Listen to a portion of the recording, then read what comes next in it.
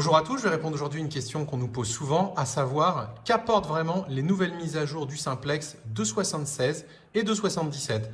Donc, regardez, je l'allume. Alors, il faut savoir que pour installer la 2.77, vous n'avez pas besoin de mettre la 2.76. Et si un jour il y a une version 3, il suffit tout simplement de mettre la dernière version qui comprend toutes les anciennes mises à jour. Donc, tout simplement, là, il vous suffit de mettre la 2.77. Donc, vous voyez, 2.77, c'est apparu au démarrage en bas à gauche. Alors, la première chose, parlons de ce qui s'est passé avec le 2.76. La principale mise à jour concerne le niveau de sensibilité. Donc, on l'a comme ça, on augmente, vous voyez, il augmente. Et là, on a un 7e niveau de sensibilité. Donc là, l'appareil, alors on est à l'intérieur, la caméra le gêne, il gagne vraiment en profondeur. Seulement, vous ne pourrez pas utiliser ce niveau de sensibilité sur tout type de terrain.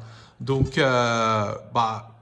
si vous êtes dans un terrain peu pollué au milieu de nulle part, alors qu'il n'y a pas de EMI, pas de souci. Donc, n'hésitez pas à monter au maximum et vous gagnerez vraiment en performance. Par contre, si le terrain est pollué, il ne faut pas hésiter à baisser la sensibilité. Si les fabricants s'embêtent à mettre des niveaux de sensibilité différents, c'est qu'il y a une raison, il ne faut pas hésiter parfois à le baisser. Voilà. Alors, deuxième grosse mise à jour, c'est la création d'un deuxième mode parc. Alors, le premier mode qu'on connaissait, c'était celui-là, c'est le mode field. Et les modes parc, avant il n'y en avait qu'un, eh bien les modes parc sont pour les terrains un petit peu plus pollués, saturés, en ferreux. Donc l'ancien mode parc s'appelle maintenant le mode parc 2 et le nouveau mode parc s'appelle le mode parc 1. Le mode parc 1 vous permet de gagner, donc celui-ci, en profondeur, mais il est moins réactif que le mode parc 2. Donc on peut en déduire que le mode parc 2 sera beaucoup plus à son avantage si le terrain est très pollué parce que vous allez tout simplement changer la balance. C'est-à-dire que dans le mode parc 2, vous allez dire à l'appareil soit plus réactif, donc on va perdre en puissance. Par contre, dans le mode parc 1, vous allez dire non, mais on veut plus de puissance, donc soit un peu moins réactif. Quoi qu'il arrive, les modes parc 1 et parc 2 sont plus réactifs que le mode field. Ensuite, qu'est-ce qu'on va avoir? Une barre qui vous a le petit M là. Ça veut dire minéralisation. Ça vous indique le taux de minéralisation en temps réel. Qu'est-ce que ça veut dire? C'est tout simplement, si ce taux monte, vous allez avoir de plus en plus de faux signaux. Et là, ce qu'il faudra faire, c'est tout simplement faire une compensation de l'effet de sol. Pour faire une compensation de l'effet de sol, c'est très simple. Vous appuyez sur le bouton menu et vous allez ici. Donc là, vous entendez, c'est ce qu'on appelle le seuil sonore ou threshold. Donc jusque-là, vous alliez de 0 à 90. À 90, on peut dire que l'appareil compense énormément l'effet de sol, donc il est très stable. Qu'a fait Nocta Macro sur cette nouvelle mise à jour? Ils ont rajouté des niveaux de compensation d'effet de sol, notamment pour aller à la plage. Donc regardez, pour les terrains très minéralisés. Donc regardez, on y va. Avant, ça a arrêté à 90. Et là, regardez ce qui va se passer. Je monte et à partir de 90,1, en fait, il y a beaucoup plus de... si vous voulez, ça compense beaucoup plus l'effet de sol. Donc, avant, il y a certains terrains très minéralisés et bien sur lesquels, à 90 même, on n'arrivait toujours pas à compenser l'effet de sol. Et ça, encore une fois, je parle pour la plage, par exemple. Donc là, quand vous allez mettre 90,1, 90,2, c'est en fait un effet de sol un peu étalé pour les terrains très difficiles.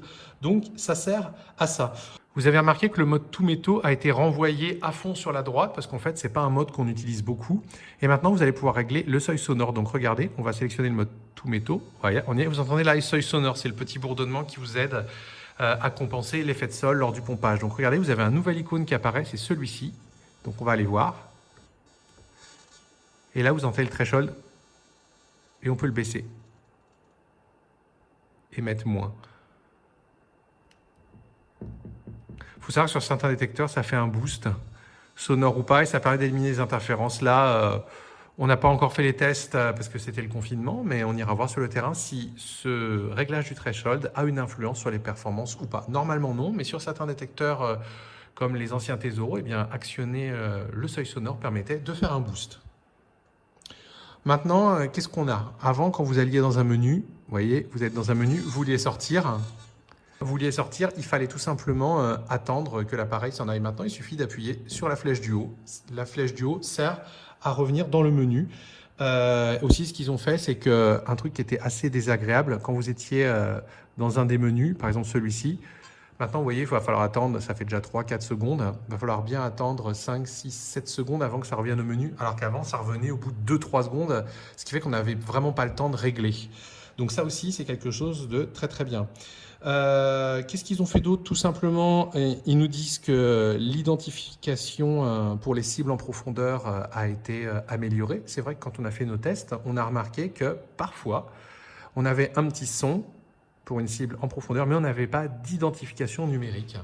Donc c'était un petit peu gênant. Bon, nous, on considérait que la cible était détectée, mais quand vous avez un bruit qui est assez net, même petit, que vous n'avez pas d'identification numérique, donc c'est un petit peu embêtant. Donc ça, maintenant, ça a été amélioré. Là encore, il va falloir qu'on le vérifie sur le terrain.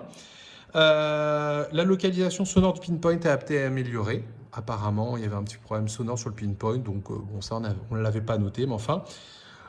Et ils nous ont rajouté quelques niveaux, ça c'est vraiment du cosmétique, pour la luminosité de l'écran. Vous voyez, c'est A1, A2, A3, A4. Ça vous permet tout simplement de le régler aussi. Regardez, hop. Vous voyez, c'est très simple. Voilà. Donc, je vous ai parlé aussi tout à l'heure de la compensation manuelle de l'effet de sol. Ça, c'est bon. Ça, on l'avait déjà dans la version 2.76. Maintenant, qu'est-ce qu'on a dans la version 2.77?